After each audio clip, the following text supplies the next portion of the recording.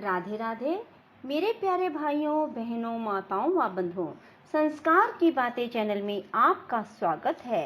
बंधुओं, आज मैं आपको आषाढ़ मास में सुने जाने वाले स्कंद महापुराण की कथा सुनाने जा रही हूँ। बंधुओं, जिसे आप प्रेम पूर्वक सुने।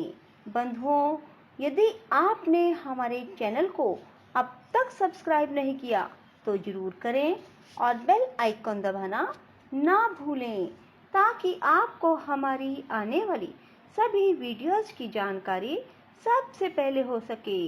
बंधुओं, वीडियो को पूरी सुनने के बाद कमेंट बॉक्स में जय शिव शंकर भोलेनाथ जरूर लिखें। बोलो शिव शंकर भोलेनाथ की जय, जगन्नाथपुरी भगवान की जय। मुनियों ने पूछा, भगवान विष्णु भगत राजा इंद्रद्युम्न ने मंदिर की प्रतिष्ठा के पश्चात कौन सा कार्य किया? जैमिनी जी बोले, साक्षात ब्रह्म स्वरूप जगन्नाथ जी से वरदान पाकर नर श्रेष्ठ इंद्रद्युम्न ने अपने को कृतार्थ माना। भगवान की आज्ञा के अनुसार उन्होंने पुण्य एवं मोक्ष प्रदान करने वाली संपूर्ण यात्राएं करवाई। अनेक प्रकार के उपचारों से जगत गुरु श्री हरि की नाना प्रकार से पूजा की और राजा गाल श्वेत को भगवान की आज्ञा भली भांति समझाकर धर्म और न्याय से युक्त यह वचन कहा, राजन तुम बहुश्रुत विद्वान हो, धर्म में तुम्हारी निष्ठा है, भगवान में भी मन वाणी और क्रिया द्वारा तुम्हारी बड़ी भक्ति है। भगवान श्री हरि किसी एक के उपदेश के लिए अनुशासन नहीं करते हैं, ये समस्त चराचर के गुरु हैं और संपूर्ण विश्व इनका शिष्य है। मुझ पर अनुग्रह करने के लक्ष्य से अवतीर्ण हुए भगवान जगन्नाथ यहाँ दीन दुखियों के उद्धार के लिए सदैव निवास करेंगे। तुम भक्ति और श्रद्धा के साथ इनकी आज्ञा के पालन में लगे रहो। ये साधारण काष्ठ की प्रतिमा है, ऐसी व्यवहारिक बुद्धि से इन्हें ना देखो, ये साक्षात जगदीश्वर है। इनके मंदिर प्रवेश काल में तीनों लोकों के निवासी इस पृथ्वी पर आ गए थे, यह तो तुमने प्रत्यक्ष देखा है। ब्रह्मा आदि सब देवता एक ही साथ यहाँ पधारे हैं। काष्ठ स्वरूप धारण करने वाले ये साक्षात चर अचर में विष्णु हैं। इन्हें पृथ्वी पर प्राप्त कल्प वृक्ष समझो, ये संपूर्ण कामनाओं को देने वाले हैं। इनकी उपासना करके जो जैसी कामना रखता है वैसा फल प्राप्त कर लेता है। ये अंधकार से परे अनिर्वचनीय ज्योतिष स्वरूप हैं। यतिजन बहुधा प्रयत्न करके भी इन्हें यथार्थ रूप से नहीं जान पाते। नैष्ठिक ब्रह्मचर्य का पालन करने वाले शुद्ध धर्मनिष्ठ यतियों और अनन्य भक्ति से युक्त योगियों के एक ही मार्ग भगवान श्री हरि हैं। जैसे संतृप्त मनुष्य ग्रीष्म ऋतु में शीतल एवं गहरे जलाशय में गोता लगाकर बड़े संतोष का अनुभव करते हैं, उसी प्रकार इन करुणा सागर भगवान पुरुषोत्तम के प्राप्त होने पर मनुष्य त्रिविध ताप जनित दुख को त्याग देता है। शरण में आए हुए दीन जनों का जैसा उपकार ये भगवान विष्णु करते हैं, वैसा माता मित्र पत्नी और पुत्र कोई भी नहीं कर सकता। अतः भोग और मोक्ष दोनों फलों को देने वाले इन जगदीश्वर का तुम सेवन करो और पूर्ववासियों तथा प्रजाओं के द्वारा भगवान के विभिन्न यात्राओं को भली भांति संपन्न करते रहो। नृपश्रेष्ठ, सभी राजाओं के लिए धर्म का मार्ग एक सा ही है। किसी पूर्व पुरुष ने उसे चलाया है और पीछे होने वाले लोग उसका पालन करते हैं। राजेंद्र, श्रेष्ठ उपचारों और समृद्धियों द्वारा तीनों समय भगवान नरसिंह का भजन पूजन करो, इससे तुम्हें परम शांति प्राप्त होगी। अपनी कीर्ति की अपेक्षा दूसरे की कीर्ति का संरक्षण करना श्रेष्ठ बताया गया है। जो दूसरे के दिए हुए दान की रक्षा करता है, उसके लिए वह अपने दिए हुए दान से उत्तम है। यह सुनकर नृपश्रेष्ठ श्वेत ने राजा इंद्रद्युम्न के आदेश को गुण युक्त माला की भांति शिरोधार्य किया। राज ऋषि इंद्रद्युम्न भी भगवान पुरुषोत्तम को प्रसन्न करके नारद जी के साथ ब्रह्मलोक चले गए। यह मैंने तुमसे पुरुषोत्तम क्षेत्र के उत्तम महात्म का वर्णन किया।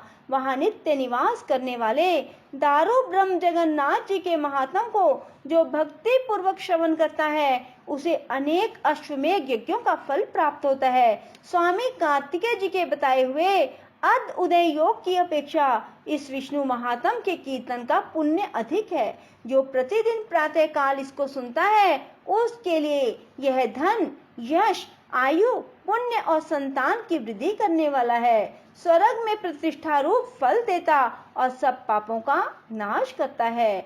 पुराण श्रवण के आरंभ में अपने वैभव के अनुसार तैयारी करनी चाहिए। पहले संकल्प करके पुराण पाठ श्रवण के लिए अति सुंदर आभूषणों, वस्त्र, चंदन, माला आदि के द्वारा विधि पूर्वक ब्राह्मण का वरण करें। वह ब्राह्मण शुद्ध कुल में उत्पन्न हो, किसी अंग से हीन ना हो, शांत स्वभाव वाला हो, अपनी ही शाखा को मानने वाला हो, अपना पुरोहित हो, सब शास्त्रों के अर्थ को यथार्थ रूप से जानने वाला हो। वरण किए हुए ब्राह्मण को उत्तम आसन पर बिठाकर गले में माला पहना दें और मस्तक पर भी पुष्प गर्भ माला रखें। चंदन से ब्राह्मण के ललाट में लेप करें। उस समय वह ब्राह्मण व्यास के समान मान्य होता है। उसी ब्राह्मण के द्वारा विष्णु स्वरूप पुस्तक पर श्रीखंड, अगुरु आदि पुष्पों और नाना प्रकार के रुचिर उपचारों से व्यास पूजन करावें। कथा सुनने के लिए आने जाने वाले लोगों के बैठने के निमित्त यथा योग्य आसन बनवा कर रखें।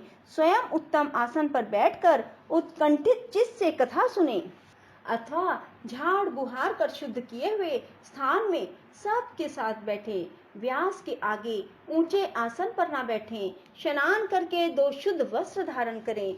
आचमन करके शरीर में यथास्थान तिलक करें और प्रसन्नता पूर्वक मन से भगवान विष्णु का ध्यान करते हुए कथा में विश्वास करें। पुराण, ब्राह्मण, देवता, मंत्र, कर्म, तीर्थ और बड़े बूढ़ों के वचन में विश्वास फलदायक होता है। सब पुण्य विश्वास का कारण है।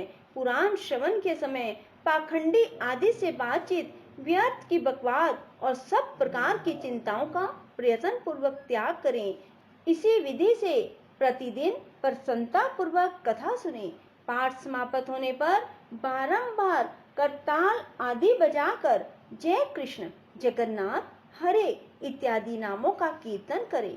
कीर्तन इतने उच्चस्वर से होना चाहिए कि आकाश में उसकी ध्वनि गूंज उठे। इस प्रकार भगवान विष्णु की प्रीति के लिए प्रतिदिन कीर्तन करना चाहिए। इसके बाद ग्रंथ समाप्त होने पर भगवान विष्णु की प्रसन्नता के लिए बड़ी भक्ति के साथ वस्त्र, माला, चंदन और आभूषण आदि की विशेष व्यवस्था करके व्यास सदृश माननीय आचार्य को विभूषित करें और अपनी शक्ति के अनुसार विधि पूर्वक दक्षिणा दें। दक्षिणा ऐसी देनी चाहिए जिससे आचार्य को संतोष हो जाए। शांति कर्म, पौष्टिक कर्म, व्रत बंधन, विवाह आदि कर्म, मोक्ष साधक कर्म, पुराण श्रवण, यज्ञ आदि का अनुष्ठान, दान और अनेक प्रकार के व्रत, ये यदि दक्षिणाहीन हो तो निष्फल हो जाते हैं। इसके बाद यथाशक्ति तैयार कराए हुए अन्न से ब्राह्मणों को भोजन कराएं। इस प्रकार तुम लोगों से पुराण श्रवण की यह सांगोपांग विधि बताई गई है। हमारा महान सौभाग्य है कि पाप राशि का विनाश करने वाला यह पुराण श्रवण का फल हमने आपके मुखार बिंद से सुना। मुने, इस समय इसके फल की प्राप्ति के लिए हम आपको यथाशक्ति दक्षिणा देते हैं। इसे आप प्रसन्नता पूर्वक ग्रहण करें। यह कह उन अकिंचन मुनियों ने समिधा, कुशा, फूल, फल और अक्षत आदि जैमिनी जी को देकर बड़े हर्ष के साथ पुरुषोत्तम क्षेत्र को प्रस्थान किया। बोलो शिव शंकर भोलेनाथ की जय, विष्णु भगवान की जय। राधे राधे, जय श्री कृष्णा।